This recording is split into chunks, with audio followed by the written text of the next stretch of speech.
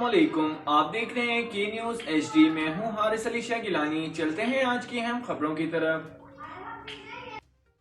رخ کریں گے ساہیوال کا، جہاں سے رپورٹ کر رہے ہیں ہمارے نمائندے محبوب چودھری۔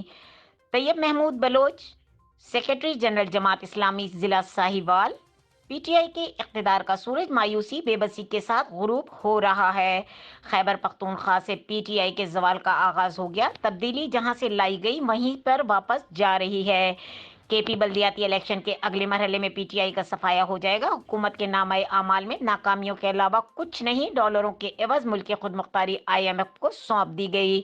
سینٹ میں حکومت اور اپوزیشن کی نورہ کشتی عوام کے سامنے بے نقاب ہو گئی۔ وزیر اعظم گھبرانا نہیں کہ گردان چھوڑیں اور جانے کی تیاری پکڑیں۔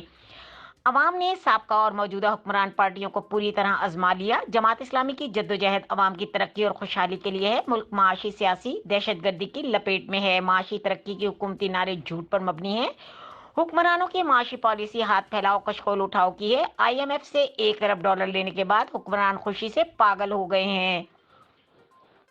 قوم کو بتایا جائے کہ عالمی مالیاتی ادارے سے کن شرائط کے عوض قرض لیا گیا۔ ہمارے ملک کی تعلیم لارڈ میکالے کے نظام کے تحت چل رہی ہے۔ سودی نظام ختم ہو جائے تو اللہ کی رحمت سے ملک میں خوشحالی آئے گی۔ پی ٹی آئی کی پالیسیوں کی وجہ سے عوام میں شدید نفرت اور غصے کی پیٹے الیکشن کے دوسرے مرحلے میں پی ٹی آئی کی شکست یقینی ہے۔ مزید خبروں اور اپڈیٹس کے لیے ہمارے ساتھ رہیے گا۔ تب تک کے لیے اپنا خیال رکھیے گا۔ اللہ حافظ۔